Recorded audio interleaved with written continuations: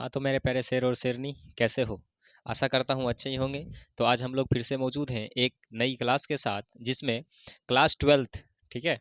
Class 12th का जो है काव्यखंड का चैप्टर 1, जिसका नाम है करवक। क्या नाम है? करवक। ये हम लोग काव्यखंड का चैप्टर 1 पढ़ रहे हैं, ठीक है? जब काव्यखंड खत्म हो जाएगा, उसके बाद हम लोग गद्यखंड पढ़ेंगे, उसके बाद हम लोग व्याकरण को भी देखना है, ठीक है? जैसे कि हमने आपको इससे पहले वाले वीडियो में सिलेबस के बारे में पूरी जानकारी दिया, उसके बाद कितना चैप्टर पढ़ना है, क्या-क्या चीज़ हमें पढ़ना है, इन सभी चीज़ों के बारे में हमने बताया। तो आज हम लोग जो है काव्यखंड का चैप्टर 1, जिसका नाम है करवक, इसमें हम लोग जो है मलिक मोहम्मद जायसी, ठीक है, इनको शॉर्ट में क्या बोलते हैं, एमएमजे, इनके बारे में सबसे पहले हम लोग जानेंगे। मतलब सीधा समझिए तो कवि परिचय हम लोग समझने वाले हैं, ठीक है? जैसे ही कवि परिचय खत्म होगा, उसके बाद हम लोग जो है इस पद को भी क्या करेंगे, समझने का प्रयास करेंगे, ठीक है? और समझने का प्रयास क्या, आपका भाई जैसा ही बताएगा ना, समझ में तो आएगा ही, ठीक है? खराब नहीं रे, अच्छा ही बताएंगे, ठीक है?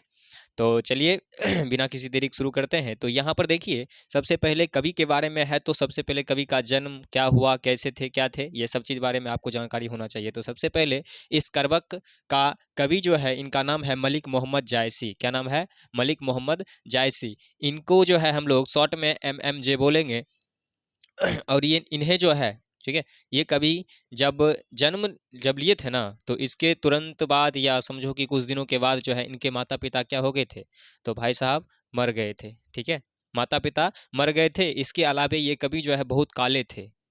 और क्या, तो इनके शरीर पर चेचक के छोटे छोटे दाग थे। क्या थे? चेचक के छोटे छोटे दाग थे। अगर आप देखोगे तो ये कवि जो है ना, एक आंख से और एक कान से भी क्या थे, मतलब इसका इनका एक आंख और एक कान काम नहीं करता था, ठीक है?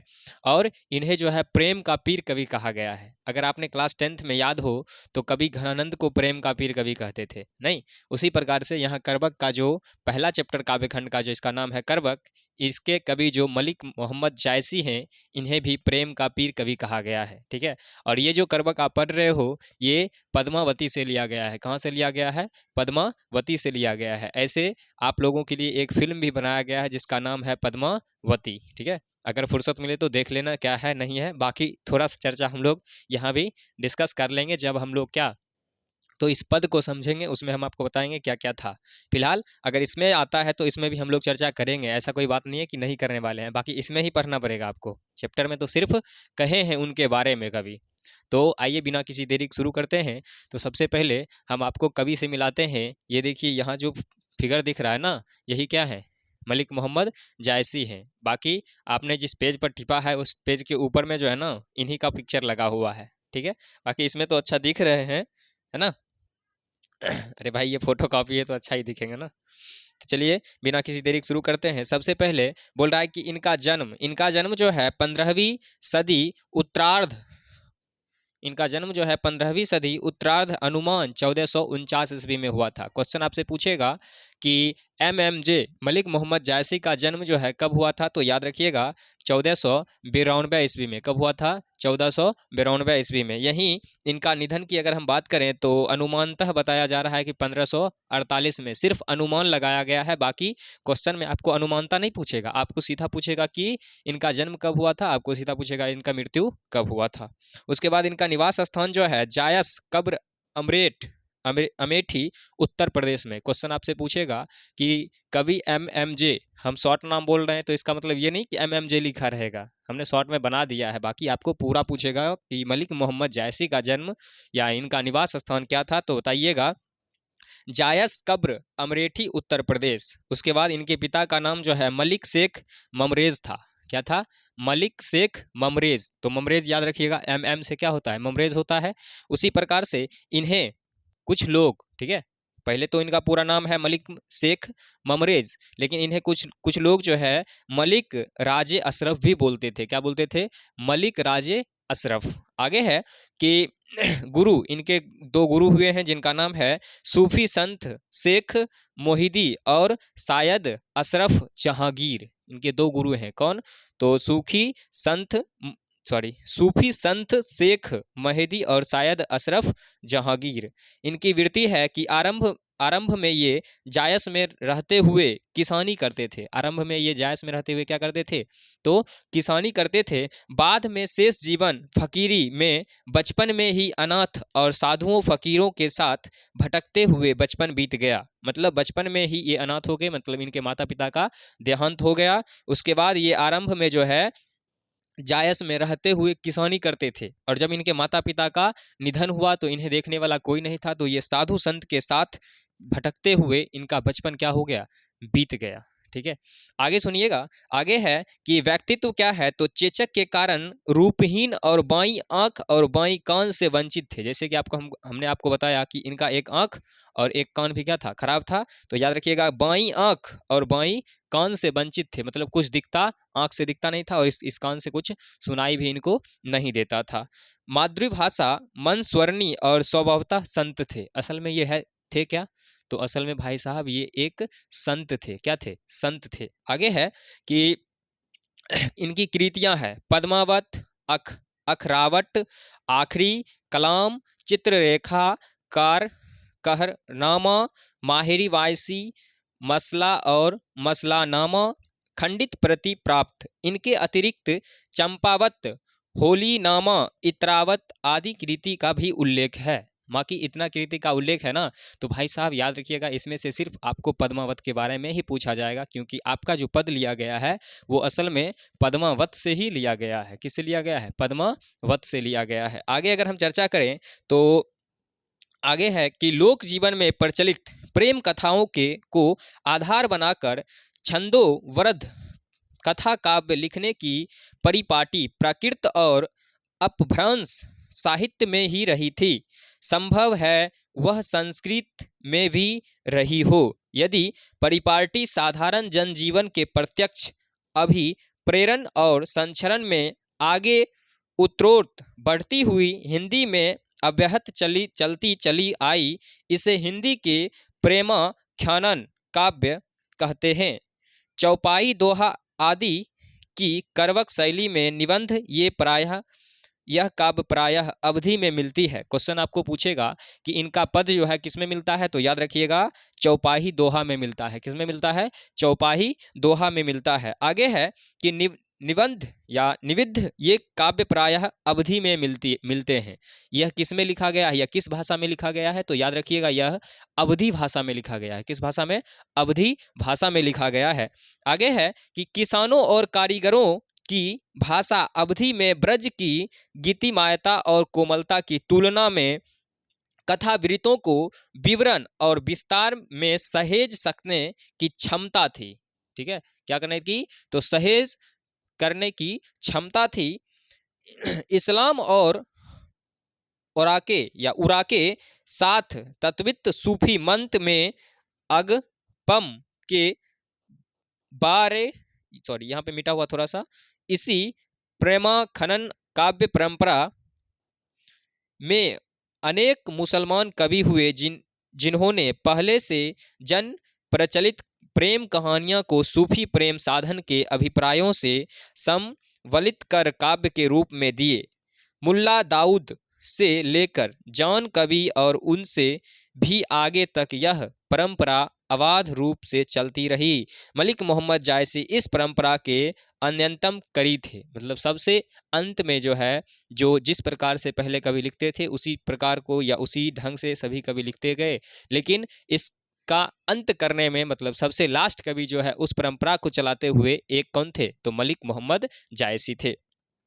जायसी के लिखे अनेक काव्य प्राप्त होते हैं जो आचार्य रामचंद्र शुक्ल, डॉक्टर माता प्रसाद गुप्त आदि अनेक विद्वानों द्वारा अलग अलग जायसी ग्रंथावली नाम से संपादित है। क्वेश्चन पूछेगा आपसे कि मलिक मोहम्मद जायसी का अनेक ग्रंथावली किस नाम से प्रसिद्ध है या अनेक विद्वानों ने किस नाम से प्रसिद्ध किया है, तो आपको बताना पड़ेगा जायसी ग्रंथावली। किस नाम से? जायसी ग्रंथावली। आगे है कि जायसी का उज्जवल अमर कृति का आधार है उनका महान काव्य कथा काव्य पद्मावत। ठीक है, क्या नाम है?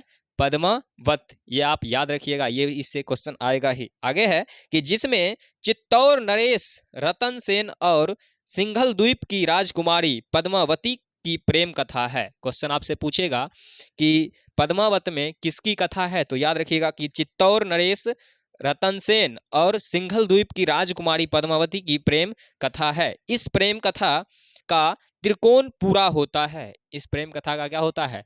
त्रिकोण पूरा होता है दिल्ली के सुल्तान अलाउद्दीन खिलजी। इनका पूरा नाम क्या है? अलाउद्दीन खिलजी, लेकिन यहाँ पर सिर्फ अलाउद्दीन दिया गया है तो आपको भी अलाउद्दीन ही याद रखना होगा। आगे है कि इस कहानी से जुड़े जाने से अंशतः ऐतिहासिक आधार वाली इस कहानी का विकास जनश्रुतियों एवं आगे स्वयं कवि का सर्जनात्मक कल्पना द्वारा हुआ है।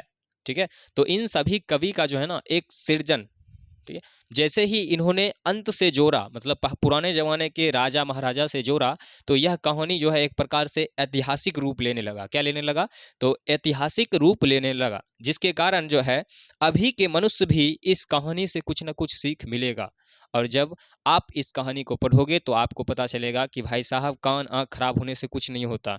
अगर इंसान चाहे ना तो कुछ भी कर सकता है अपने जीवन में। ठीक है, आगे है कि मलिक मोहम्मद जायसी प्रेम की पीर कवि के कवि हैं। तो क्वेश्चन आपसे पूछेगा कि प्रेम के पीर कवि कौन है, तो याद रखिएगा मलिक मोहम्मद जायसी। प्रेम के पीर कवि मलिक मोहम्मद जायसी हैं।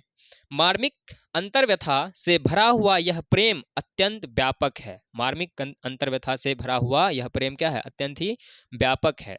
आगे है कि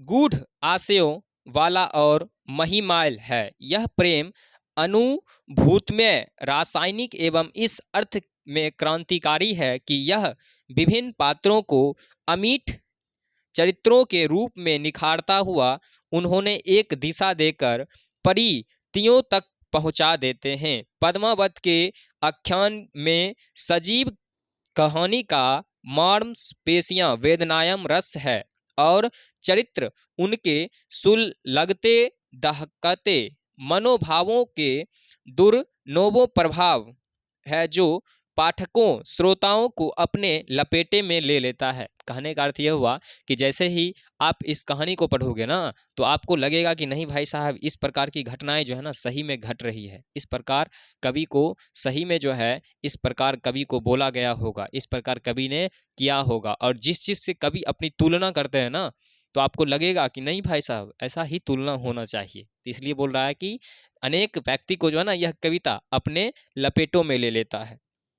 आगे है कि इस प्रेमा खनन काव्य द्वारा विदु से और कहल के उस यंत्र में कठिन समय में धार्मिक संस्कृति, सामाजिक सद्भाव और साझेदारी की एक ऐसी जमीन जायसी ने तैयार की, जो हमारी बहुमूल्य विरासत का हिस्सा है। जायसी की इस प्रेम कहानी में प्राणों का प्राणों से, हृदय का हृदय से, मार्म का मार्म से और जीवन विवेक का जीवन विवेक से ऐसी मानवीय मेल है जो उनके काव्य को बहुत ऊंचा उठाता है। क्वेश्चन आपसे पूछेगा कि करवक को जो है ऊंचा क्यों बताया गया है, तो आपको याद रखना है कि इसमें प्राणों का प्राणों से, हृदय का हृदय से, मार्म का मार्म से और विवेक का विवेक से मानवीय मेल कराया गया है। मतलब मानव के जीवन से उसका क्या किया गया है? मेल कराया गया है। आगे है कि ऊंचा उठाता है और उसमें व्यापकता और गहराई एक साथ ला देता है। खार जैसी मीठी और खालसी अवधि में लिखे गए इस काव्य में कवि का विशाल हृदयात्मक मार्मिकता, अंतर्दृष्टि और लोक जीवन के विस्तार ज्ञान की अभिव्यक्ति हुई है। ठीक है, कवि के अंतर्दृष्टि और लोक जीवन के विस्तृत ज्ञान की अभिव्यक्ति हुई है। आगे है कि यहाँ प्रस्तुत 2 करवक अलग अलग संकलित हैं। आपको क्वेश्चन आपसे पूछेगा कि कवि मलिक मोहम्मद जायसी के कितने करवक प्रस्तुत हैं, तो याद रखना है 2 करवक प्रस्तुत हैं। कितने करवक? 2 करवक प्रस्तुत हैं। ये पद्मावती के क्रमशः प्रारंभिक और अंतिम छंद से लिए गए हैं। क्वेश्चन आपसे पूछेगा कि यह पहला करवक कहाँ से लिया गया है, तो याद रखिएगा पद्मावत के प्रारंभिक छंद से लिया गया है, और अंतिम करवक या दूसरा करवक कहाँ से लिया गया है, तो पद्मावत के अंतिम छंद से लिया गया है। आगे है कि किंतु कवि और काव्य की विशेषता निरूपित करते हुए दोनों के बीच एक अद्भुत की व्यंजकता करते हैं। प्रारंभिक स्तुति खंड से लिए गए प्रथम करवक में कवि एक विनम्र स्वाभिमानी के साथ अपनी रूपहीनता और एक आंखों के अंधेपन को प्राकृतिक प्राप्ति दुष्टाओं का माही मानवता करते हुए रूप से अधिक अपने गुणों को और अपना ध्यान खींचते हैं। कहने का अर्थ ये हुआ कि इन्होंने जो पहला खंड लिखा या पहला कद लिखा या पहला करवक लिखा, उसमें इन्होंने क्या किया, तो अपनी जो उनकी स्थिति थी कि वो अपने एक आंख से देख नहीं सकते थे, एक कान से सुन नहीं सकते थे, तो उन्हीं चीज़ों को इग्नोर करते हुए, मतलब ये खुद को कहते हैं कि भाई साहब मैं तो एक आंख से अंधा हूँ, एक मेरा कान भी खराब है, लेकिन जब मैं बोलता हूँ कुछ तो अनेक सुंदर दृष्टि वाले हैंडसम लोग जो है हमारी ओर क्या करते हैं, देखते हैं। ठीक है, तो अपने रूप के बारे में बताए हैं और अपने गुणों के बारे में बताएं कि भाई साहब रूप से कोई फर्क नहीं पड़ता है, इंसान के अंदर गुण होना चाहिए, क्योंकि जब तक मलिक मोहम्मद जायसी के अंदर गुण नहीं था तब तक उन्हें कोई इंसान सुन नहीं सकता है। और आप भी पढ़ रहे हो तभी जब आपको लगता है कि नहीं भाई इन कवियों ने सही बात लिखा होगा, नहीं तो कोई जरूरी नहीं था, इस चैप्टर में देने का कोई मतलब नहीं निकलता है, लेकिन कवि के अंदर कुछ ना कुछ था। नहीं तो 15वीं सदी, आप उसके बाद तो देखो कितना इनका जन्म जो है 1500 कितना 1492 में ही हुआ था। उसके बाद क्या लगता है आपको, कभी नहीं आए होंगे? अरे बहुत कवि आए, रोज कवि जन्म लेता है। अरे भाई जन्म नहीं लेता है, मतलब जो बहुत दिन से लिख रहे हैं ना, तो उनका कोई ना कोई एक पंक्ति क्या होता है, फेमस हो जाता है, मतलब प्रसिद्ध हो जाता है। लेकिन इनके जैसा नहीं हुआ है, इस कारण से उनका नाम नहीं है, इनका नाम अभी भी है। इनके जैसे जो भावार्थ को प्रकट करेगा, अपनी भाषाओं को बताएगा, ठीक है, वही उसी कवि को आगे शामिल किया जाएगा। आगे है कि ध्यान खींचते हुए इन गुणों के कारण पद्मावत जैसे मोहक काव्य की रचना हो सकी, और उन्होंने जो अपने गुणों के बारे में जो बताया ना, उसी के कारण कवि कहते हैं कि इस पद्मावत की रचना हो पाई है। अगर मैं इन गुणों को नहीं प्रकट करता तो इस पद्मावत की रचना नहीं हो पाती। आगे है कि अंत में उपसंहार खंड से लिया गया द्वितीय करवक में कवि अपने काव्य और उनकी कथा सृष्टि के बारे में हमें बताते हैं। अब देखो उन्होंने अपने उपसंहार के बारे में बताया है, ठीक है, अपने उपसंहार द्वितीय करवक में कवि काव्य की कथा सृष्टि और काव्य की कथा सृष्टि के बारे में भी बताया है। वे कहते हैं कि उन्हें इसे रक्त की लय लगाकर जोड़ता है। मतलब कवि का कहना है कि भाई तुम जो पंक्ति पढ़ रहे हो ना, इंसान एक चीज को जोड़ने के लिए जिस प्रकार से लय का प्रयोग करता है ना, तो हमने एक पंक्ति को दूसरे पंक्ति के साथ जोड़ने के लिए हमने रक्त का प्रयोग किया है। किसका प्रयोग किया है? रक्त का प्रयोग किया है। जो गाढ़ी प्रीति के नयन जल में भिगोए हुए है, और हमने रक्त का प्रयोग किया है और उसे मैंने अपनी आंखों के जल से भिगोए हुए है। ठीक है, नयन मतलब क्या होता है? आंख, आंखों के जल से इन्होंने उसे भिगोया हुआ है। अब ना वह राजा रतनसेन है और ना ही वह रूपवंती पद्मावती रानी। इन्होंने अब उन राजाओं के बारे में भी चर्चा किया है कि अब वो राजा रतनसेन नहीं है और ना ही वह रूपवंती रानी, मतलब वो जो रूपवंती पद्मावती की रानी थी बहुत ही सुंदर थी, अत्यंत ही प्रिय थी। ठीक है, तो उन्हीं के बारे में बोल रहे हैं कि अब वो राजा भी नहीं है और वह पद्मावती रूपवंती रानी भी नहीं है। आगे है कि ना वह बुद्धि सुआ है और जो उनके राज्य में या उनके उपराजा के रूप में वहां पर सुआ नाम का एक व्यक्ति रहता था, वो भी अब जीवित नहीं है। और ना राघव चेतन या अलाउद्दीन है और ना ही वह राघव है ना, हाँ, राघव चेतन और ना ही वो अलाउद्दीन खिलजी है। ठीक है, जब अलाउद्दीन खिलजी को इसके द्वारा, किसके द्वारा? तो राघव चेतन के द्वारा, राघव चेतन जो है ना, इसी के यहाँ रतनसेन के यहाँ क्या करता था? काम करता था। और रतनसेन और रूपवंती, कहाँ की रूपवंती पद्मावती को प्रेम करते हुए देख लिया था, और तब उसने क्या किया था? चाकू मार दिया था। किसको? तो राजा को। किसको? कौन सा राजा? तो याद रखिएगा, ये राजा जो थे रतनसेन, राजा को चाकू मार दिया था, जिसके कारण उसके राज्य से उन्हें निकासित कर दिया गया था, मतलब निकाल दिया गया था। ठीक है, और तब जाके वह जो था जिसको निकाला गया था वह चला गया अलाउद्दीन खिलजी के पास, और अलाउद्दीन खिलजी के पास जाने के बाद वो बोलता है क्या कि आपकी पास जो रानी है ना, ये उस पद्मावती से उस पद्मावती के जो है ना एक तुच्छ भी नहीं है। मतलब आपकी रानी उस पद्मावती के सामने कुछ भी नहीं है, ठीक है। और तभी अलाउद्दीन खिलजी कहता है कि दुनिया के हर एक नायाब चीज पर अलाउद्दीन खिलजी का हक होना चाहिए, ठीक है। किसका हक होना चाहिए? अलाउद्दीन खिलजी का हक होना चाहिए। और तब जाके जो है उन दोनों के बीच युद्ध होता है, और युद्ध होता है, ठीक है। और रतन सेन मारे जाते हैं, और रतन सेन मारे जाने के बाद जो है बसी पद्मावती, और पद्मावती जो है वह अलाउद्दीन खिलजी का ना होकर खुद को एक जलते हुए आग में निपटा लेती है, मतलब खुद को जला लेती है, लेकिन वह उस दुष्ट अलाउद्दीन खिलजी के हाथ नहीं पड़ती है। तो वही कवि का कहना है कि प्रेम ऐसा होना चाहिए, ठीक है। आगे है कि ना वह बुद्धि हो गया, इनमें कोई आज नहीं है रहा, किंतु अपने यश के रूप में कहानी रह गई है। इनमें से कोई भी जिंदा नहीं है, लेकिन जब हम आपको इस कहानी को सुना रहे हैं तो आपको पता है कि इस यश के रूप में इनकी कहानी है, तभी तो आप सुन रहे हो। आगे है कि फूल झड़कर नष्ट हो जाते हैं पर उनकी खुशबू रह जाती है। फूल, अरे मान लो कोई फूल फूला है या खिला है, तो खिलने के बाद क्या होता है, उसमें से खुशबू निकलती है, और वह फिर से नष्ट हो जाता है, लेकिन फिर से जो नया फूल आता है ना, तो उसमें भी खुशबू होता है। ऐसा नहीं होता कि पहला फूल खिला, खत्म हो गया, और फिर दूसरा फूल में अब खुशबू नहीं होगा, ऐसा नहीं होता है। तो वही कवि का कहना है कि फूल झड़कर नष्ट हो जाते हैं पर उनकी खुशबू रह जाती है। कवि यह कहना चाहते हैं कि एक दिन हम भी नहीं रहेंगे, पर उसकी कृति सुगंध की तरह पीछे रह जाएगी।